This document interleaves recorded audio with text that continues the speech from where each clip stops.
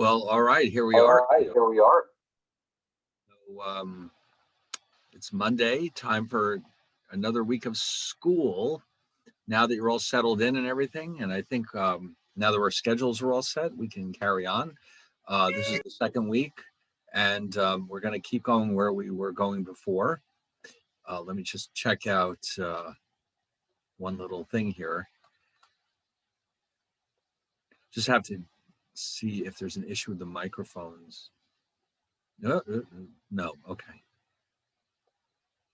Yeah, we have to be careful. If your microphone is on when you don't realize it, it can lead to a lot of annoying feedback, and or either that or everyone will know what you're doing. So we don't want that either. But so why don't we get back to where we were with chapter 5b we are in right now.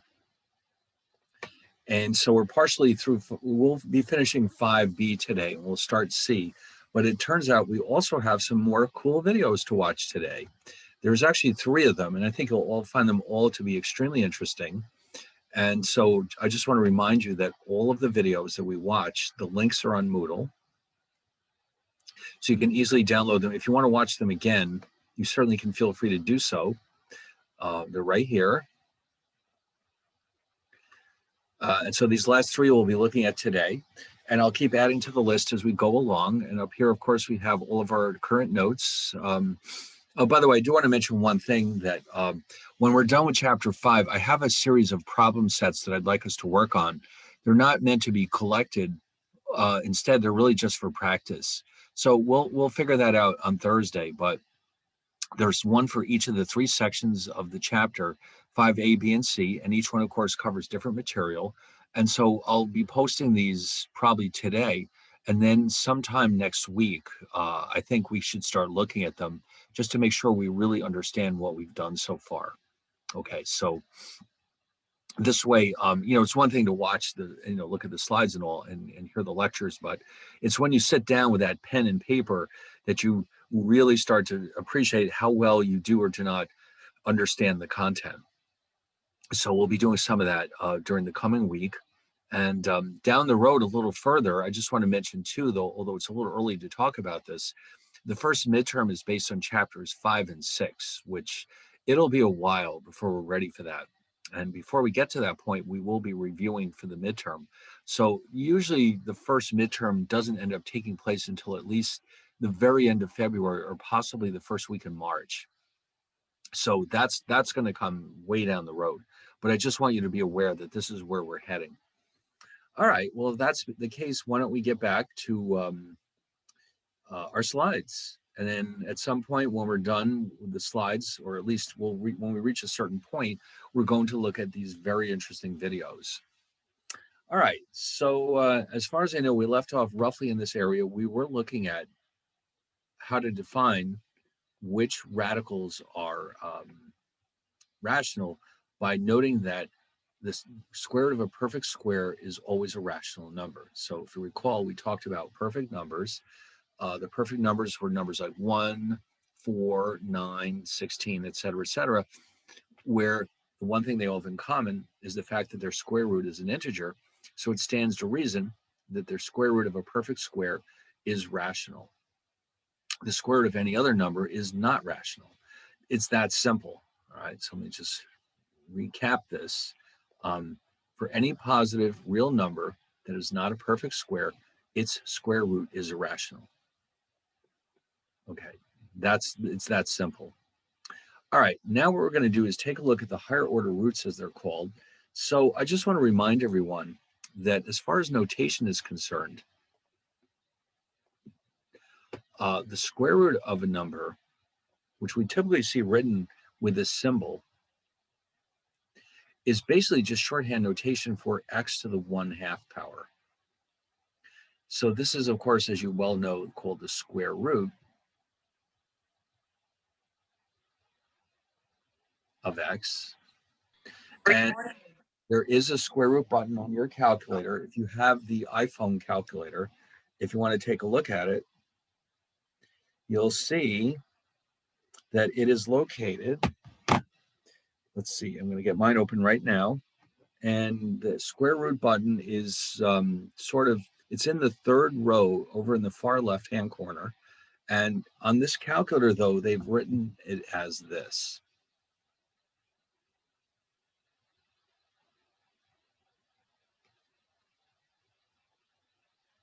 Okay, so the button you're looking for, they put a little 2 in there. And that's because, although you often see it missing from the square root sign, that's to make it clear this is in fact x to the 1/2 power. All right. So they made a decision to label it with a 2 just to make sure you don't confuse it with any of the other roots. So many calculators don't bother with that. They just leave it the way we have up here. Just be aware these both mean the same thing. But then it turns out that there are other roots we can take. For example, here, if you notice, here there's a 3. Now here we must have this 3 here for us to understand or recognize that this is not a square root. This is what we will call a cube root. And this is nothing but a shorthand notation for x to the 1/3 power. Now, your calculator has this button too. In fact, if you look at it, you'll see that it's right next to the square root button. Okay. In fact, now, let's see, let me check. Yes, it is just to the right of it. And then to the right of the cube root button, we have this one. And this one is meant to indicate that this can be used for any root. In other words, this first one is a square root, the second one is a cube root. This one can be used for any root that you need. All right. So that's why it's written with a y. The y is a variable, which you will specify, as we'll see in a few minutes, when you use this button. Okay. So this is how they are located on your keyboard, on your, I guess it's not really a keyboard as such, but this is what it looks like. And it's on your iPhone calculator right there.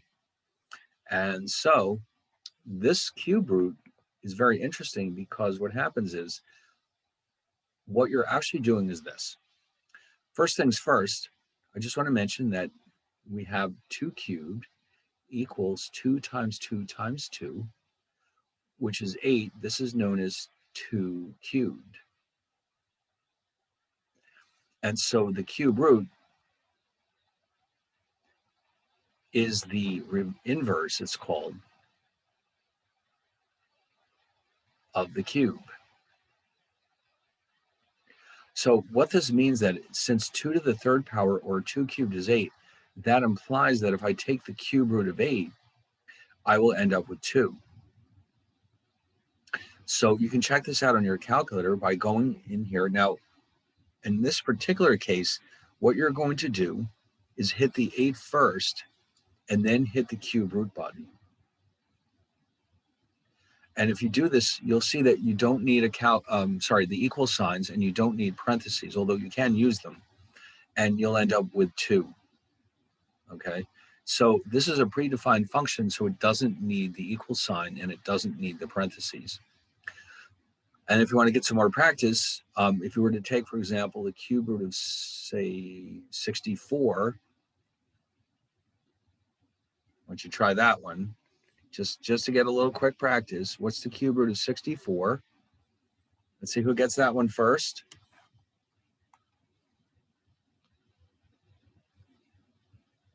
Here we go. Somebody's got it.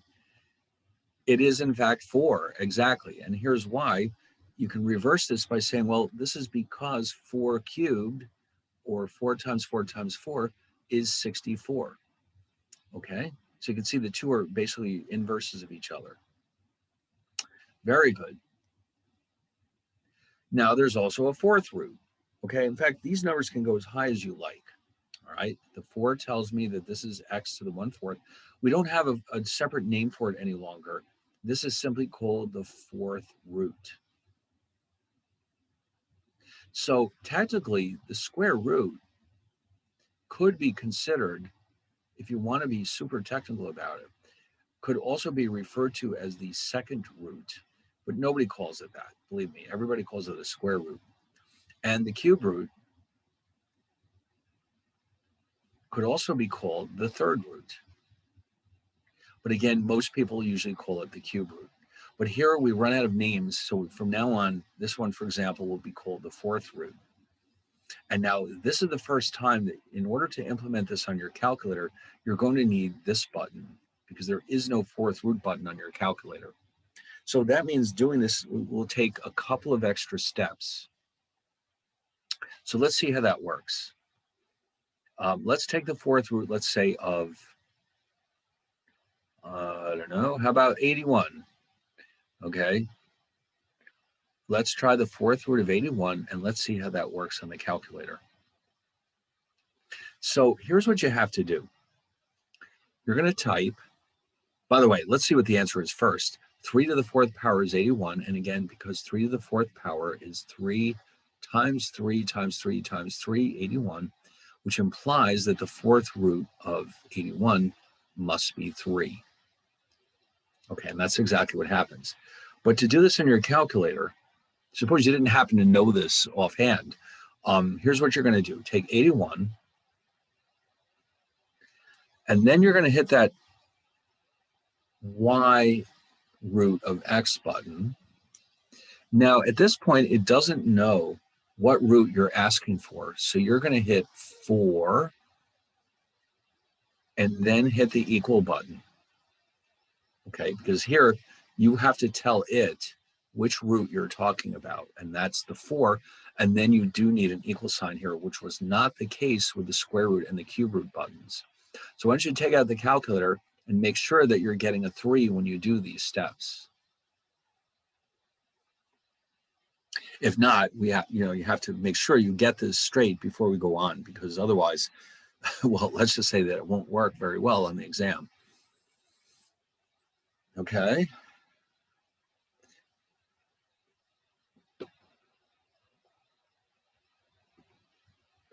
Oh, a regular calculator, they're all different. Here's what, if you have, which one do you have? Do you have one of the Texas Instruments calculators? Yeah. All right, let me show you what it's typically done with the Texas Instruments. First of all, what you're going to do is 81, the exponentiation button is y to the x power. Now, here's where it gets interesting. Then you have to type open parentheses, 1 divided by 4, close equals. That should take care of it, because you notice what you're telling it is you're raising this 81 to the 1/4 power. Okay, so try that and see if it works. And that should give you a 3.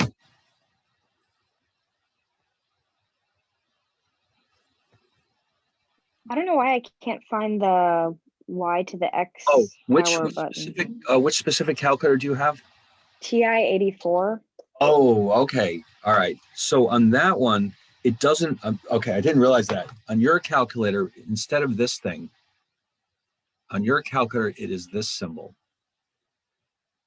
which is directly above the division sign. All right, try that. Okay, yeah, thank you. Did it work? Yes. Beautiful. See, this is what I was saying before. Every calculator is a little bit different. You have to all get comfortable with your calculator. And then most likely what you should do is become comfortable with one calculator and then use it for the rest of your life. Okay, that is your calculator. And so you're going to be the one who knows that as well as anyone. All right, is there anyone else having issues with this? Do you have maybe another calculator that you're not sure about? I can't find that button on this calculator. Okay, which one do you have? It's not a Texas Instrument, but it's from Staples. Oh, is it one of the really basic calculators, or is it a scientific? It's got like sin and tan and height. Oh, it should have it then. If it's that advanced, it should have it. Yeah, Right. Most likely the button you need is labeled either y to the x, x to the y. Yeah, I have that. You do. All right. So every calculator is different. Why don't you try this? Try 81. Okay. 81. Right, which one is it? let's say it's this one, x to the y. And Okay. at this point, you should I be able have y to the x, but it's the same thing. Oh, okay. All right, y to the x. Y to the x. And now what I would recommend you do is, can you find the parentheses? Yeah. Open the parentheses. Okay. 1 divided by 4 within the parentheses. Close the parentheses. And then if you hit equal or enter, it depends on the calculator. 3. That should take care of it. 3. Did it? It work? Yeah. Beautiful. So from now on, remember these steps. Now, if the exponent is not a fraction like this, let's say you wanted to do 2 to the 3rd power, then you would just put 2y to the x, 3 equals, and that should take care of it. The only reason you need this here is because you're calculating a ratio. And so you put it in parentheses so that it knows all of this is one number, and that's your exponent. All right, anyone else having an issue? All right. Okay, that's good. All right, fine, excellent. So we want to, like I said, you want to get comfortable with that calculator because you'll need it again. You may not think so, but you'll need it again in the future, even when you're done with your math career. Even if it's just to calculate, sales tax or something, you really want to have calculator skills as advanced as possible. All right, anyway, now, in general, we write these roots in the following way.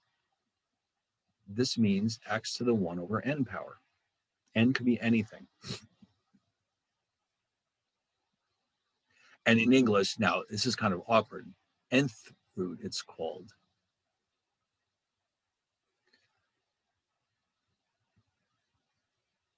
All right. So now,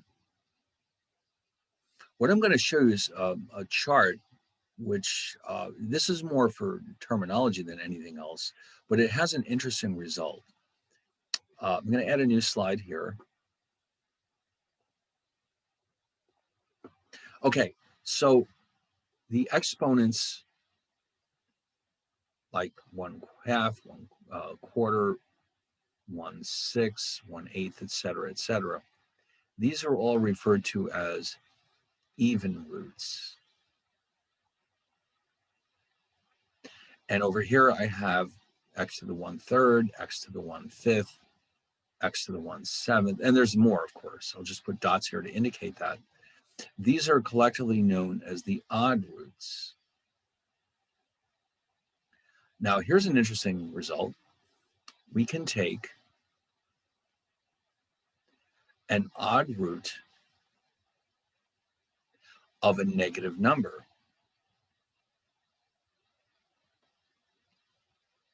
but not an even root.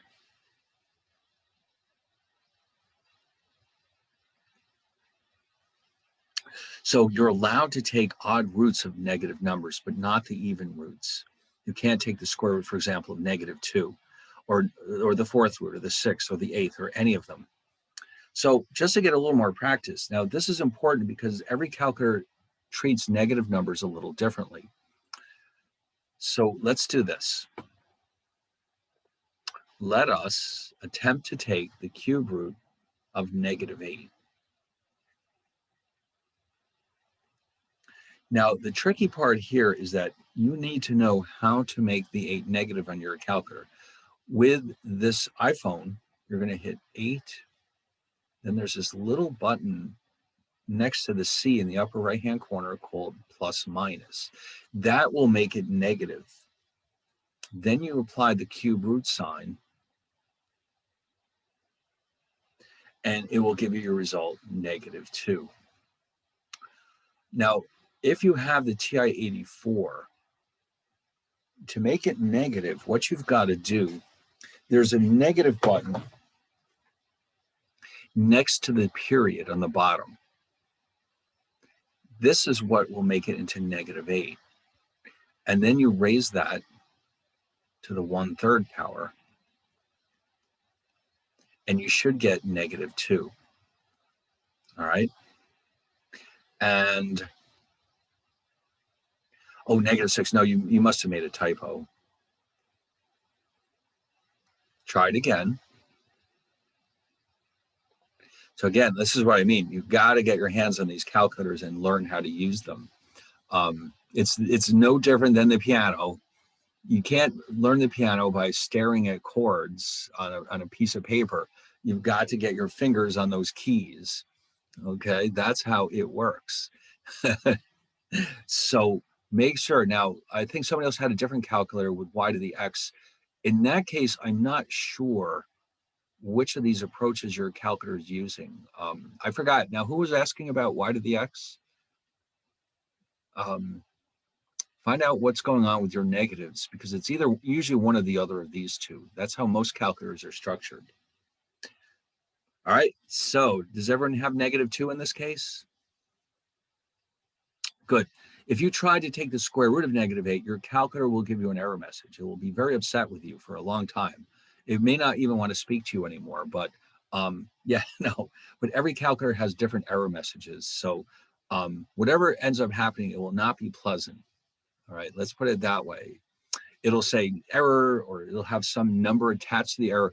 It may even say, what's wrong with you? No, it won't say what's wrong with you, but it will not give you an answer.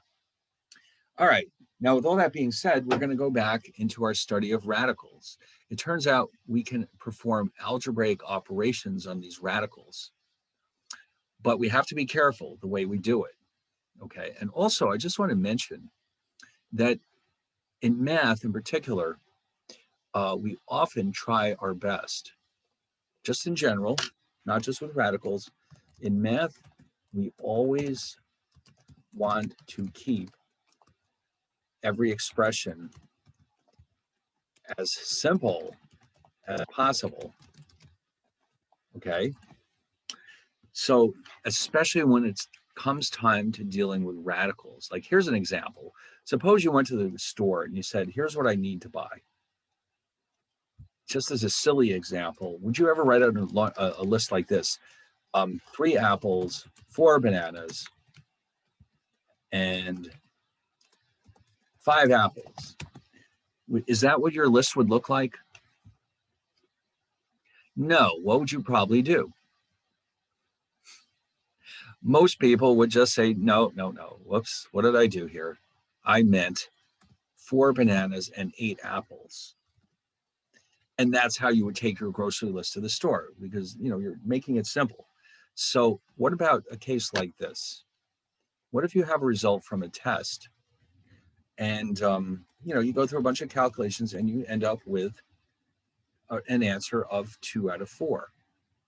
Would you just leave it like that? Whoops. Probably not. What might you do instead? Reduce it to 1/2. Meanwhile, yes, exactly.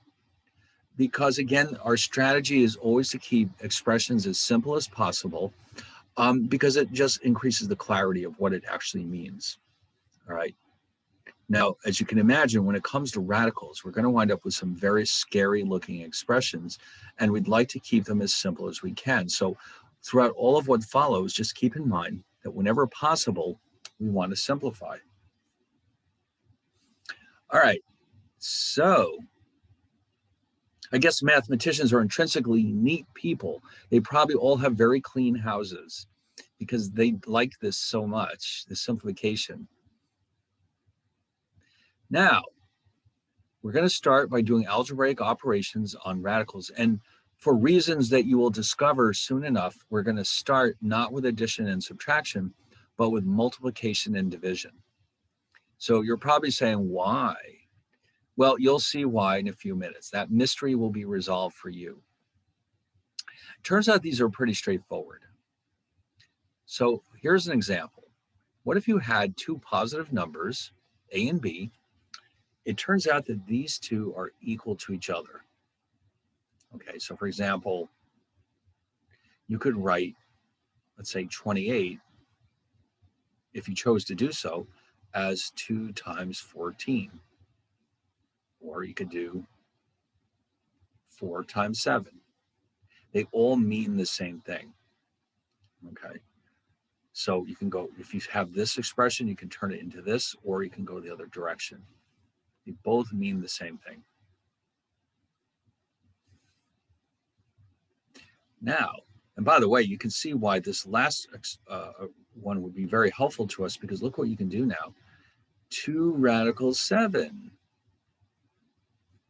So to mathematicians, whenever we have radicals, you would ideally like to keep them as small as possible. So a mathematician would say this is preferred to this because there's a small number under the square root sign.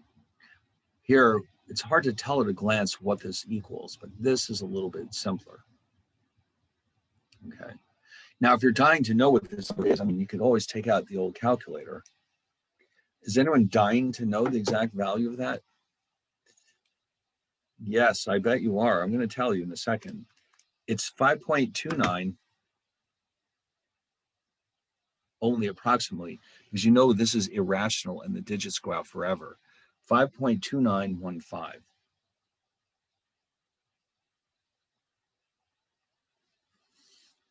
There you go. That's a relief, isn't it? Yes, it is. Now, you know, there are people out there in the world who are very good at doing these kinds of things in their heads. Very good indeed. There's actually a movie, I'd have to look up the title for you, about an Indian mathematician who came to London, I think it was Oxford, in the 20s or the 30s. And he was like just beyond belief brilliant. But this is exactly the kind of thing. If you said to him, hey, what's the square root of 41? He'd be like, well, don't you know it's 6.214151972? And he would go on and on and on. And he was able to do these things just like that in his head. For the rest of us mere mortals, we have to get out the calculator and do this ourselves. Okay. But anyway, so here's some more simple examples. And you can see, by the way, in a case like this, if we had this as our answer, we would actually just leave it like this, because I think you'll agree this is much messier than this. But just here, you just want to see that these two do actually equal each other. But on the other hand, look at this one.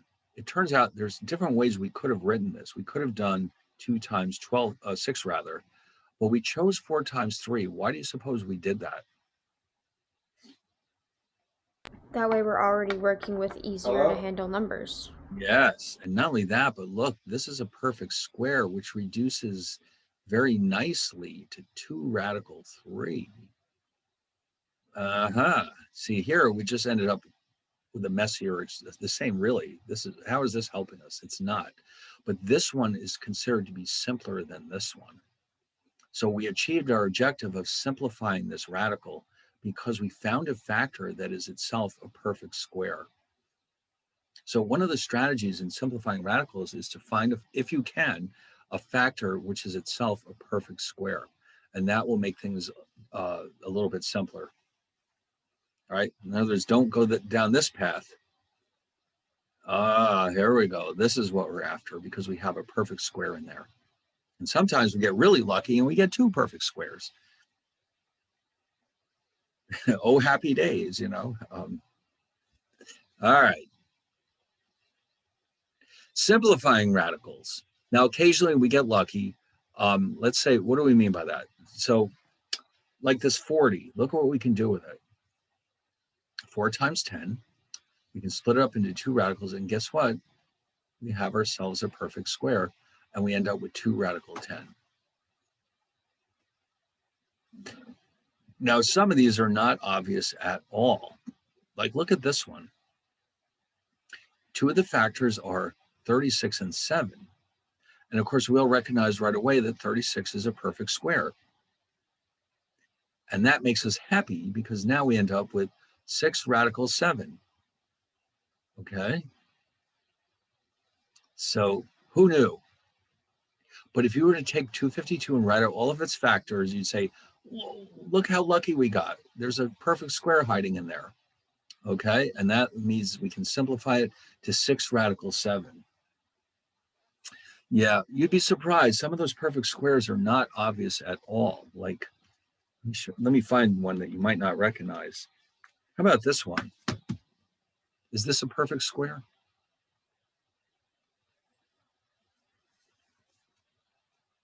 Maybe. You're saying maybe? Well, guess what?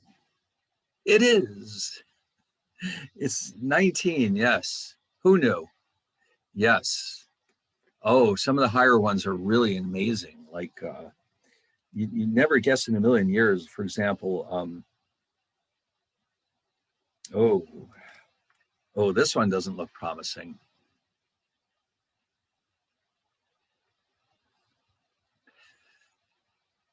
But it turns out to be 23. So yes, after you work with this stuff for a while, you're going to say, wow, I'm getting pretty good at this. I'm spotting those old perfect squares when I see them. In fact, the next time you go anywhere, like any store that has prices, you'll start looking at those numbers a little more carefully. And you're going to find yourself looking to see if you can find any perfect squares in those prices. So if you go to Starbucks and they say, hey, we got this new special drink that costs exactly $4. You're going to say, that's a perfect square. I'll take it. And they'll wonder who you are. And they say, why did that person come in my store? No, they won't. They'll just think you're strange and they'll take your money anyway. Yeah, after that, I know, I agree. After 10, it gets a little tricky. Unless, like I said, you're that great Indian mathematician who can do it all in his head no matter what it is. But most of us, let's say, are not in that category. Yeah, it gets a little, unless there's some really good reason to memorize the higher end ones, especially now with calculators. I mean, imagine, at the time, calculators haven't been around forever. In fact, realistically, they only started becoming available in the 70s. Prior to that, if you wanted to do a square root, you had to use Newton's method, which means taking out a piece of paper and doing it by hand. And it was not fast. Take my word for it. You may have run into that in high school, or maybe not. Did they ever teach you how to? Yeah, they did. It works, but it is very time consuming. All right, anyway, so we've got one more here. This 245 can be broken down into 49 times 5, as you can see. And yes, there we go. Perfect square, so we end up with 7 radical 5.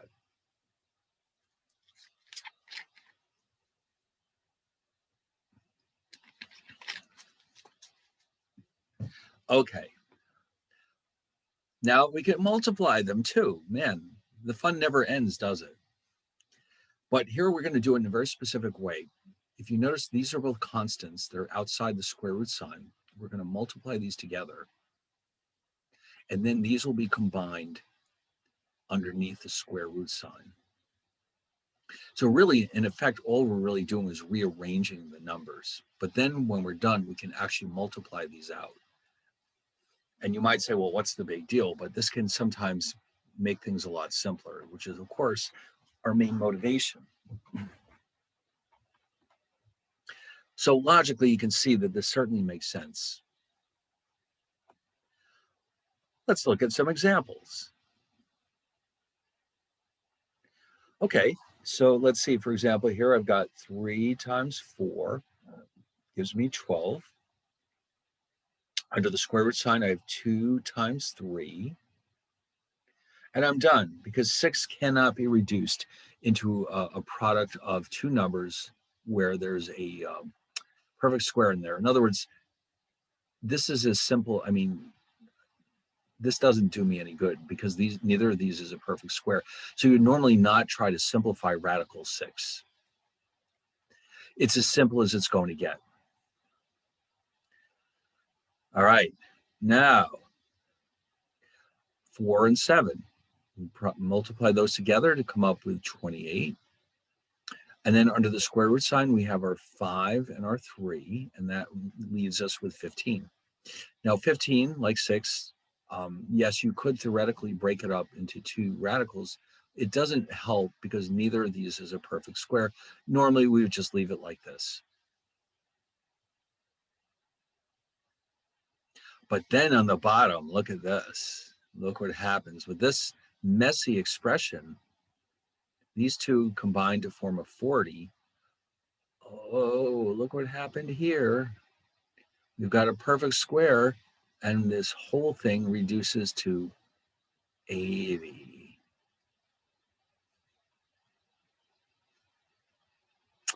Wow. Now imagine if your car was set up, the speedometer is written in radicals, and you look at it and you say, how fast am I going anyway? Oh, that doesn't sound so high. I guess I'm okay. And then when you get your ticket, the cop will say, did you know you're going 80? You said, wait a minute, 8 radical 2 times 5 radical 2? That is 80. Oh my God, what's wrong with me? So no, normally you don't like this. This is a better choice. Okay, yeah. All right. Now, if we can multiply radicals, we can certainly divide them. The only constraint here, of course, is that b cannot be 0. Other than that, anything goes. This and this are the same thing.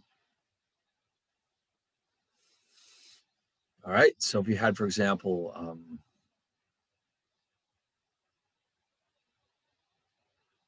let me think of a good example of this. Oh, here we go.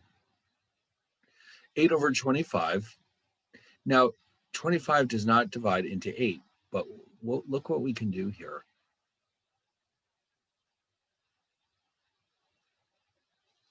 And this is suddenly radical 8 over 5 instead of what we started out with. Now, by the way, here's another rule as far as simplifying radicals is concerned. And there seems to be a lot of these rules, doesn't there? But one thing that we do try to do is we always try to avoid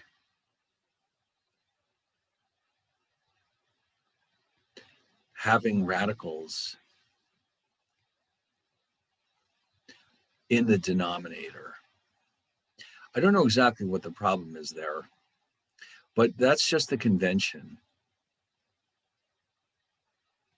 So this would be preferred to this. Okay, in other words, radical 8 over 5 is a better choice than the radical of 8 over 25. It's kind of like, you remember when you're learning about trigonometry in, let's say, 11th grade, and you're calculating, let's say, the sine of 60. Wow, I've started to forget them myself, but let's say this turned out to be 1 over radical 2.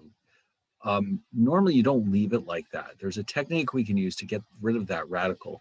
So just remember that one of our jobs when we're simplifying our radicals, we're not just trying to make it literally as simple as we can, but we also, in addition, try to avoid having radicals in the denominator whenever possible. All right, it might seem trivial to us, but to mathematicians, this is serious business. I mean, serious. Okay. So here's some simple examples. Now, like here, in this case, you would normally leave this the way it is because it would be, you see how suddenly we have a radical in the denominator. We don't like that. But just this example is just here to show you that these two equal each other. But this is the preferred method. Okay, this one looks ridiculous to a mathematician. Now, here's a nice one. Look what happened here. We consolidated this into a single ratio, and all of a sudden it reduces very nicely to radical 2. This is good. This is definitely what we want, not this.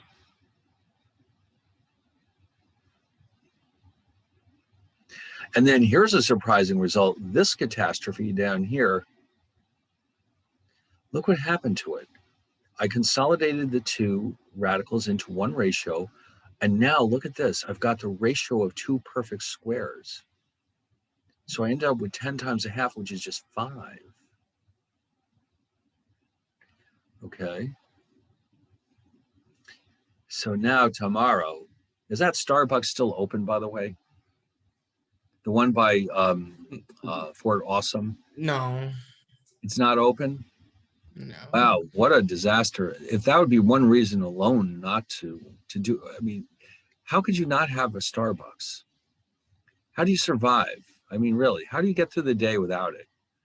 But let's just say they reopened and they said, listen, everyone, we got this drink that will knock your socks off. It costs this much money. What do you say? It's like that triple ultra mocha Supremo. It's basically a triple espresso with chocolate in it, okay? But they're like, yeah, just today only, it's 10 Radical 2 over $8. Are you interested? And you reach in your pocket, you notice the dollar bills don't seem to have radicals on them, do they?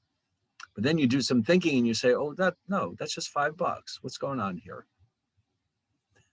It turns out the manager of the Starbucks is what graduated from SUNY Purchase with a math degree, and he can't help himself. He writes all the numbers like this. Doesn't matter to you guys. You know that this means $5. Other people, they might panic a little. But yeah, usually we try to keep things as simple as we can. All right. Adding and subtracting. Now you're going to see in a minute why I saved this for last. You might have thought this would be the simpler case, but it's actually not. All right. There's a trick here. There's a rule that we have to follow. So first, let's look at a simple case. And the key detail here is that you're adding these constants, or coefficients as they're sometimes called, and then you have the same radical. Down here, you're subtracting.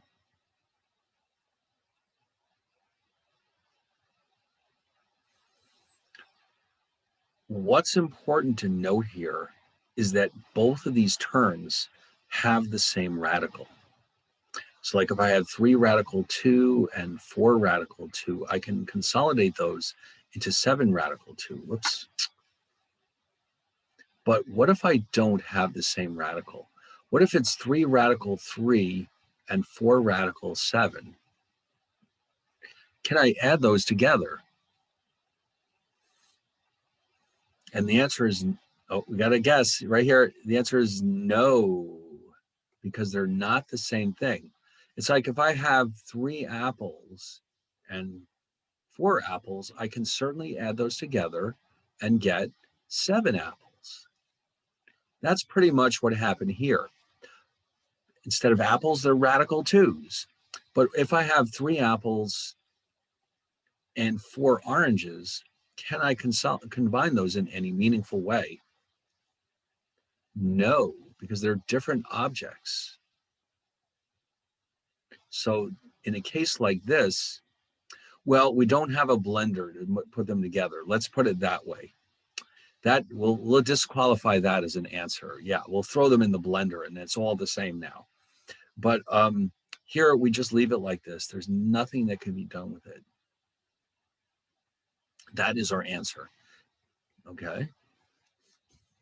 So here's some more examples. And you can see in these cases, both of these have a Radical 2. No problem, we can add them up.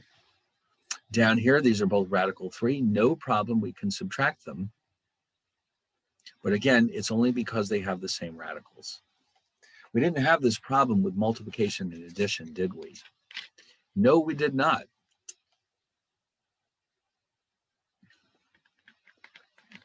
All right. Now we're going to do something interesting, and you probably recognize this name when you see it. It's called rationalizing the denominator. Does that ring a bell at all? Maybe. Now, tonight, when you're not thinking about anything in particular, you're walking around, and all of a sudden, this memory will pop into your head. You'll say, oh, that's right. In the 11th grade, old Mrs. Davis told us all about this. Remember, she was 99 years old, and she couldn't stop teaching because she loved it so much. And she said, listen, this is how you rationalize the denominator. What this means is that this is a technique for ensuring that our ratios do not have radicals in the denominator. It's a very simple process, actually. So in other words, if we have something like this, we want to convert it into the equivalent value, which does not have this in the denominator. So how do we get rid of this? Well, here's a clue. In fact, this would be a good poll question. We haven't had a poll today. I missed the polls. I want to do a poll. Okay, here we go. Can we multiply a number by 1 without changing its value.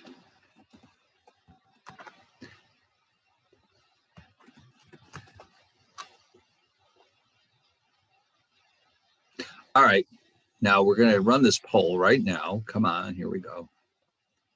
Oh no, that's the wrong one. Sorry, stop that one. My fault. Let's try that again.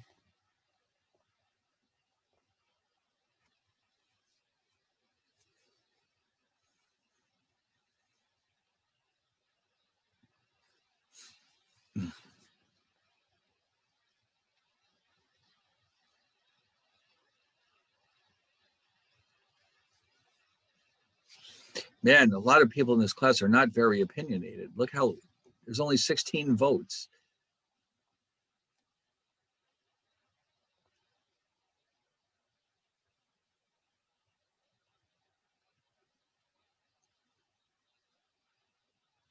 All right, well, the answer is yes. Your instincts were quite correct. The rest of you probably thought it was a trick question. Okay, in other words, let's go back to the slides. And just as an aside, you'll see why this is important in a minute. If I were to take, for example, is 3 times 1 equal to 3? Why, of course. But how about this?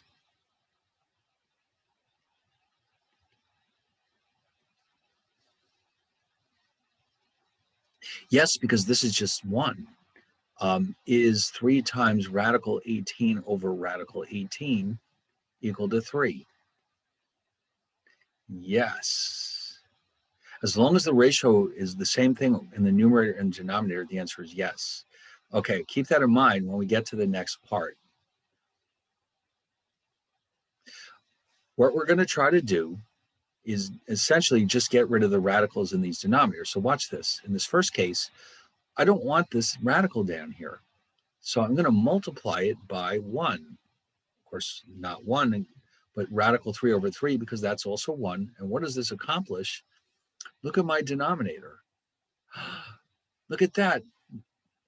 This is now a rational number. I now have a rational number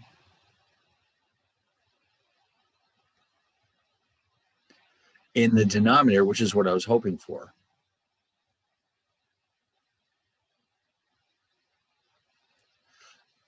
Now, you notice that the specific form of 1 that I chose is the ratio of this denominator to itself, and that's always how this works.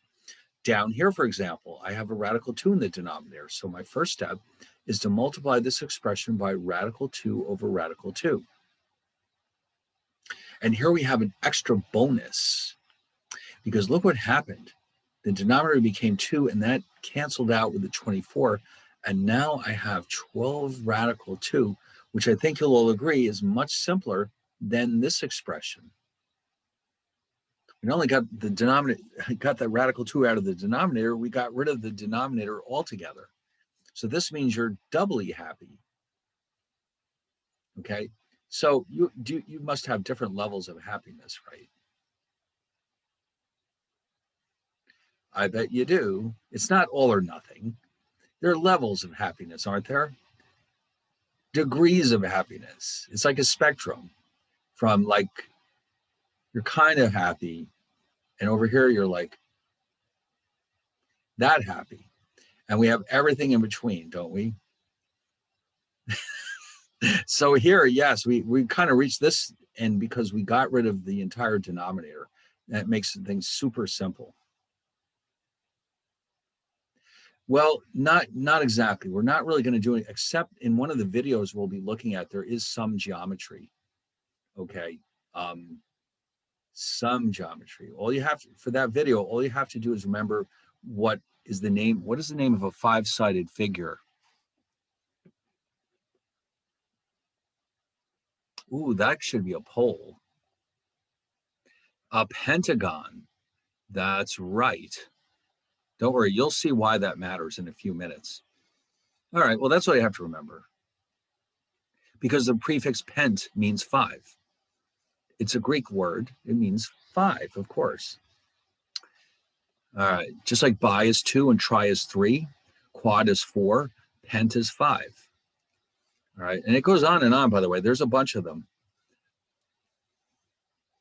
So now let's try this. Now, you know that this works.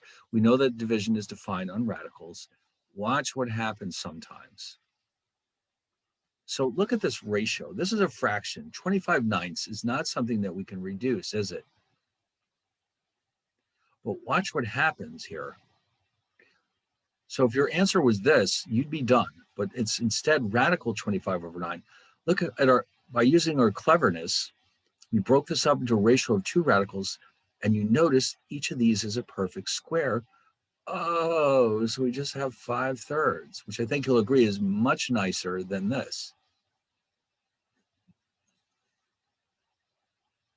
And the same thing happened here. We got a ratio that cannot be reduced, but yet, because it's under the square root sign, look how nicely this turned out.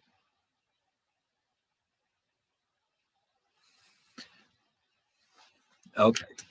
So before we go on, I want to do one more poll. This is a silly poll, but I want to do it just because I feel like it.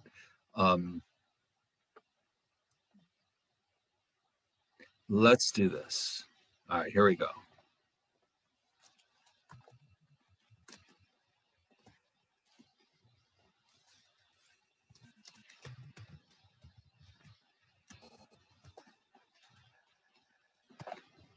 Okay. All right, let's do it. Like I said, this is pure silliness, but I think, there's room in this class for silliness, isn't there? Yes.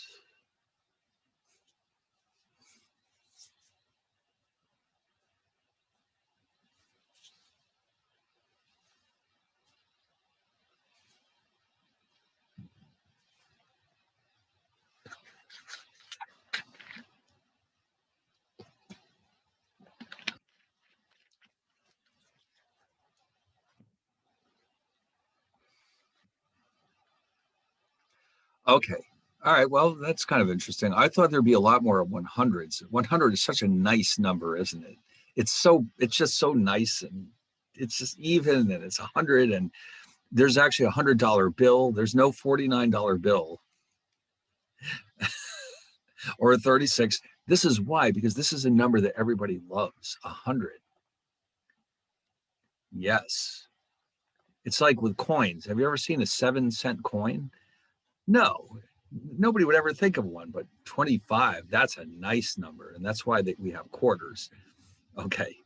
All right. Now, what we're going to see here is that by the way, this is leading up to our first video of the day. We've had enough exhausting talk about radicals. It's time for some fun. But this fun is going to be based, initially at least, on radicals. Now, you might say to yourself, how is this possible? You'll see.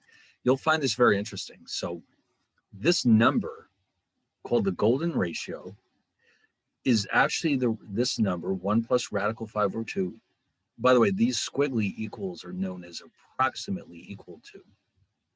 You'll see in the video that this number goes literally on forever because it is irrational. Okay, so in other words, because radical 5 is irrational, adding a constant to it and dividing it by a constant doesn't change that. It's still irrational. And this is the Greek letter phi. Now, the golden ratio has been around. The knowledge of this golden ratio has been around since the Middle Ages. And we're going to see that a very famous mathematician from the period wrote a book in which he described this golden ratio. And the book was illustrated by none other than Leonardo da Vinci. So da Vinci was well aware, now we're getting into some deep waters. He was well aware of the existence of this number. And in fact, supposedly, this ratio or golden ratio was incorporated into a lot of artwork, into architecture, into sculpture, anything you can imagine, and it supposedly shows up in nature as well. It's a very interesting idea. So before we introduce this a little further, I'm going to remind you of something you've probably seen before, and that is our old friend, the Fibonacci sequence. Oh, is this a blast from the past? What's going on with these numbers? Do you see a pattern there? Oh, take a look. It's not just a random jumble of numbers. There is a very specific pattern here. And once upon a time, you knew what it was. It's hard to imagine high school without knowing about the Fibonacci sequence. Unless you went to the no math high school. Where is that place located anyway? No, there's no such thing as the no math high school. You all have to take math. Oh, so you went to art school, but you had to take math anyway, didn't you? At least some. Yeah, I took a version. I took like statistics and something else, but okay. Yeah. Right, but even in art school, you have to take a little math. All right, but maybe not the same math. Okay, that's good to know. I went to. Oh, somebody else? Go ahead. Yeah, I went to an alternative high school and we learned math, but like I didn't take like pre-calc like everyone else my senior year. I didn't take it. Or like I took like algebra 1, I took algebra 2, and I took geometry. Okay. But all right. Well, I'll tell you what. No, that's fine. That's all very good. So that means you may not have seen this before. That's okay, not a problem. In fact, I'm trying to make sure I assume no background at all with this class. This is like, it's as if this is your first class ever. But the more you remember, the better. But still, if you haven't seen this before, it is very interesting because watch what's happening. If I start with the first two numbers and add them up, what do I get? A 2. If I now add up the next two numbers, what do I get? A 3. And if I add up the next two numbers, what do I get? 5. So you can see what's going on here. Each of the, except for the first two, each term is the sum of the previous two terms. And this is called the Fibonacci sequence, which actually he showed up in our video about the history of zero. They mentioned him as one of the people who first thought that zero was a good idea. But Fibonacci wasn't his actual name. I forgot what his actual name was. But he also, I believe, was writing at the same time. Let me just double check this real fast.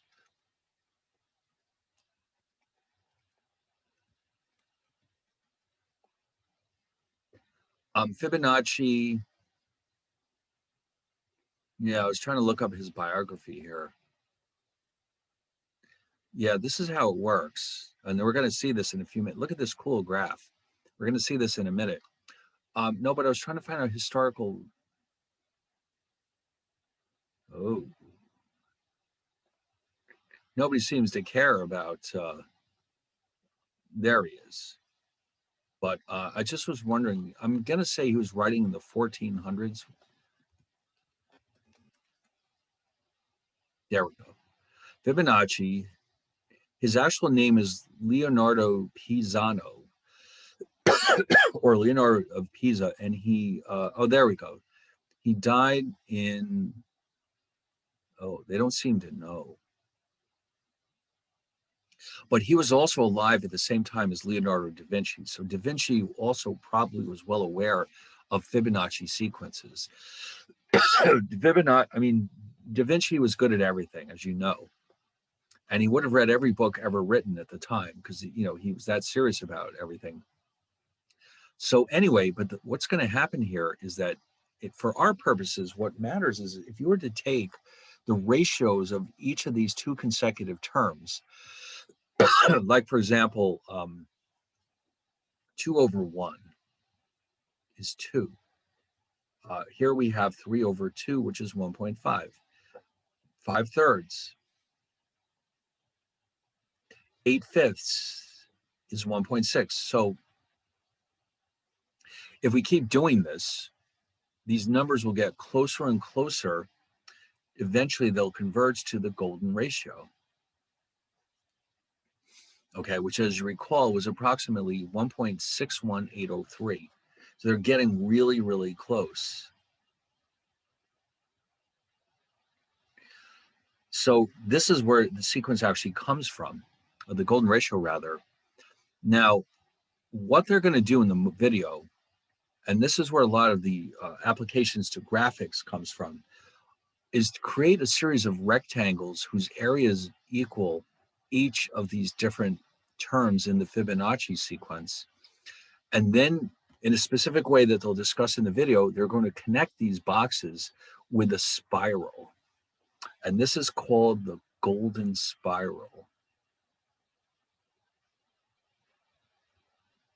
I have a few examples here that supposedly follow the golden spiral. You can use your own judgment, and they'll mention a lot of these in the video. But I think you'll find this interesting. How about a seashell? Does that remind you of the golden spiral? Oh. So when you were a little kid fooling around with seashells, you didn't know about golden ratios. You just thought it was cool, didn't you?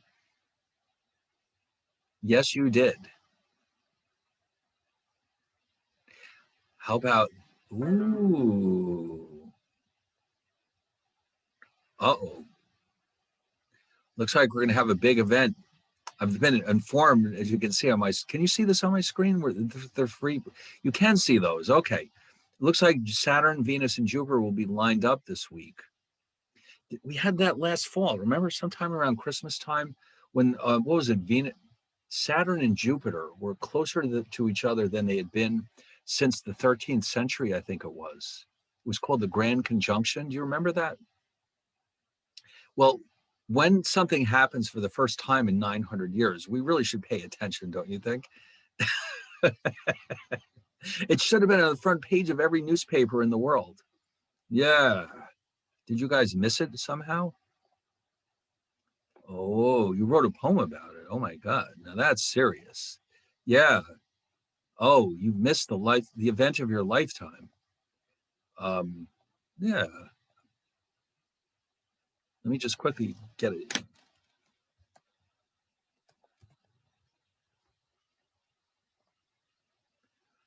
Yeah, the Great Conjunction, December 15th. What were you doing on December 15th that was more important than this? You should check the internet. There's so many cool pictures floating around. But the bottom line is the orbits of Jupiter and Saturn were the closest they've been to each other in like 900 years. And so there are actually pictures floating around the internet where you can actually see them in some incredible, all right, hold on a second. You got to see these to believe them. The Christmas star, yes, exactly. There's rumors floating around that the Star of Bethlehem was actually just the Grand Conjunction. Yeah. Let's see if I can find a couple of cool pictures. And oh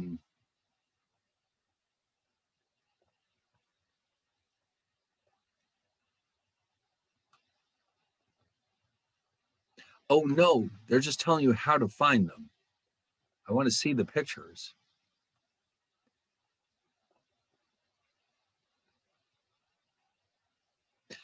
Oh, that one's kind of cool.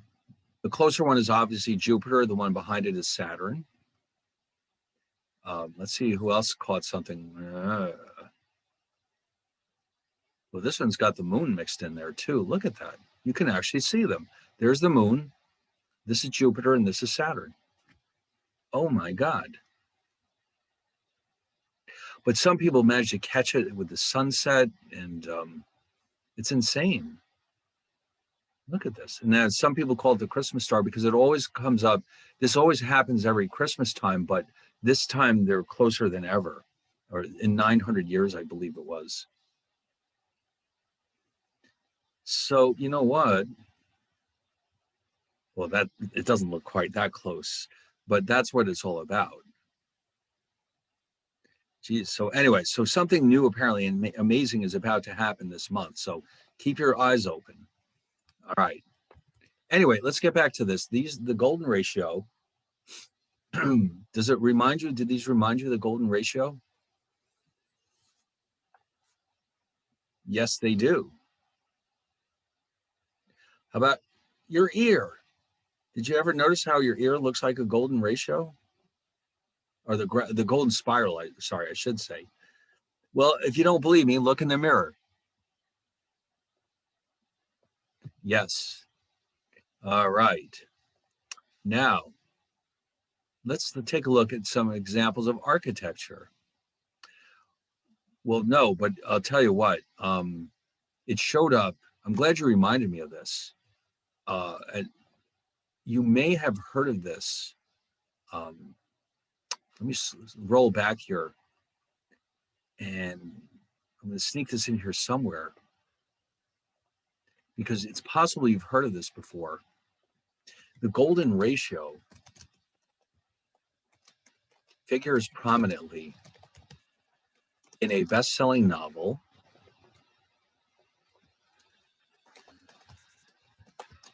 by Dan Brown called the, I'll give you one letter, you tell me the rest of it.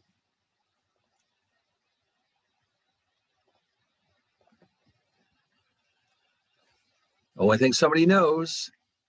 That's it, the Da Vinci Code. Now, this is a novel and a movie, by the way. If you have not seen this movie, you should move it higher up on your priority list because it really is amazingly well done.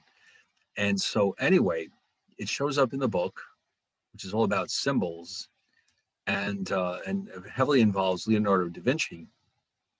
So anyway, but the reference I made to architecture is right here.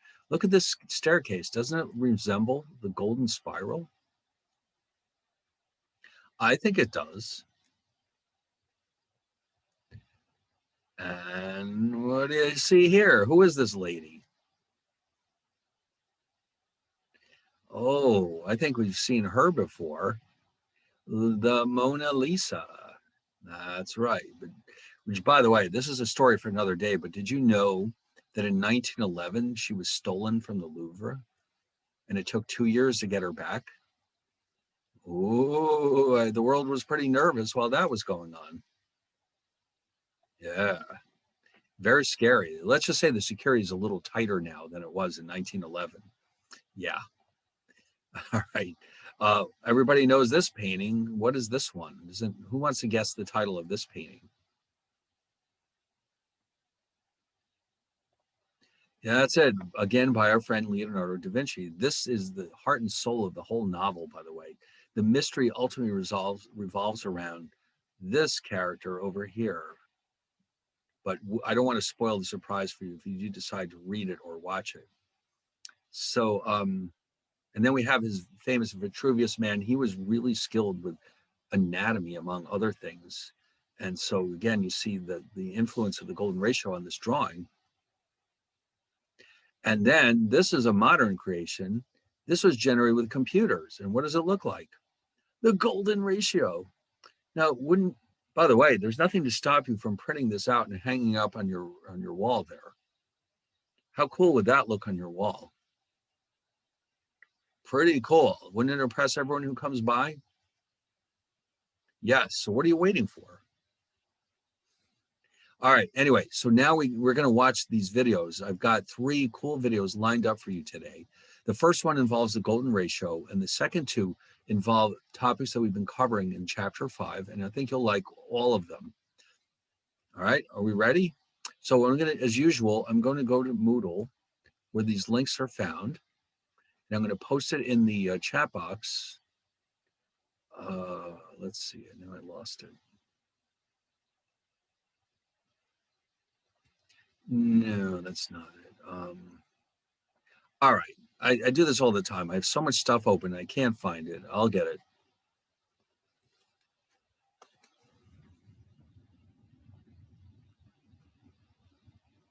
I'm sure it's kicking around there somewhere, but we don't have time to waste. All right, here we go. So this one is called, What is the Golden Ratio? And be prepared to be blown away by this video. All right, no, stop that, please. All right, here we go.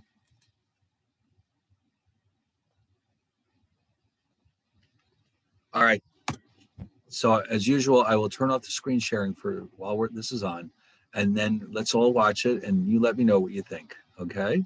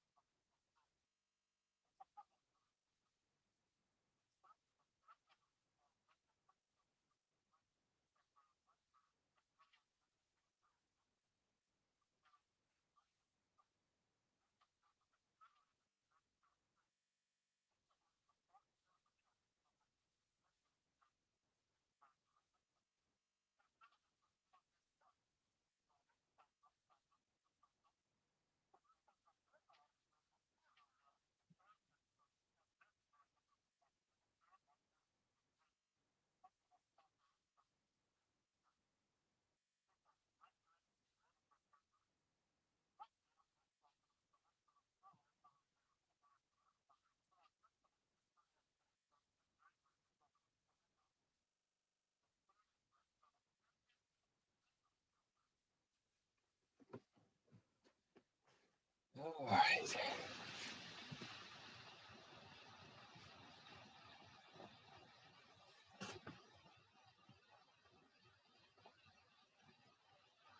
Less. No, you're supposed to get it more.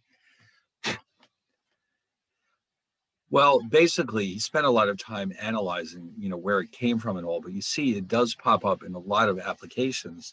Like that painting by Dali, it looks like he may have done that deliberately. I'm not sure. We can't ask him anymore, but it does certainly look like it. Um, wow, that surprised me. What happened here? Anyway, so if everyone's done, we can go on to the next one. The second one is a very interesting discussion about, remember we talked about the other day about Pythagoras and his followers, and when they stumbled onto the knowledge that radical 2 is irrational, they really were very concerned by it because it really upset their worldview of just about everything. And so they actually tried to keep it quiet among themselves because they were worried that the masses would rise up and revolt if they knew about this. So this is more a discussion about why radical 2 is irrational and the story of the gentleman who proved it for the first time. All right, so let's get that up there. I'm going to send that to you once again in, hold on one second, in the chat box. It's called Making Sense of Irrational Numbers. Again, I think you'll find this to be extremely interesting. It's a little complex, but I think you'll find it very interesting. All right.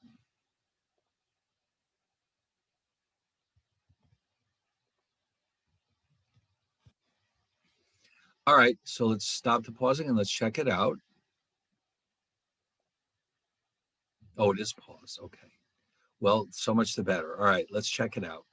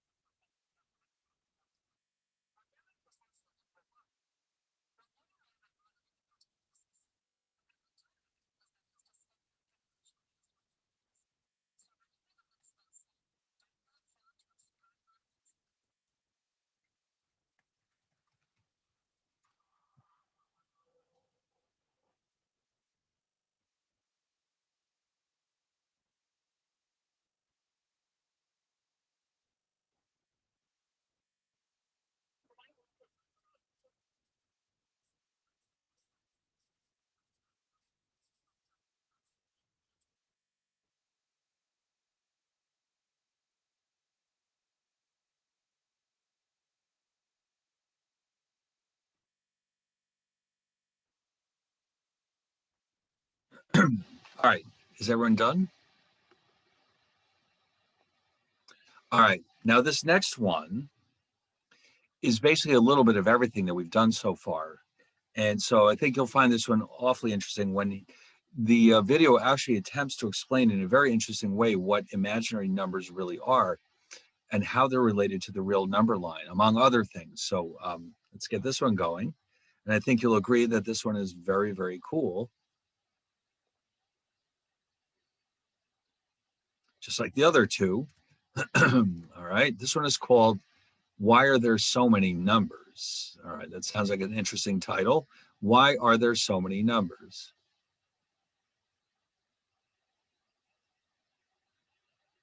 All right, hold on one second. Let me send that out to you. All right, let's check it out.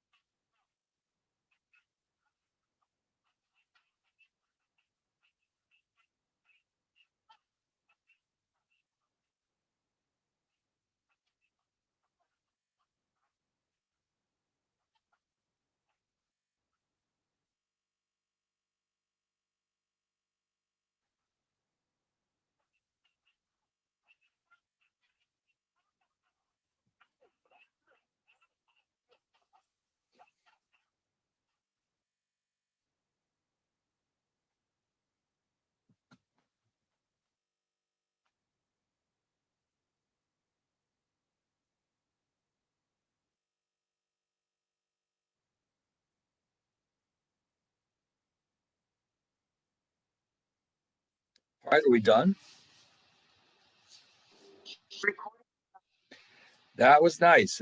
So now you have a better sense of what imaginary numbers are really all about, but you also got to see everything else tied together very nicely, I think. It was a lot of fun, wasn't it? Yes.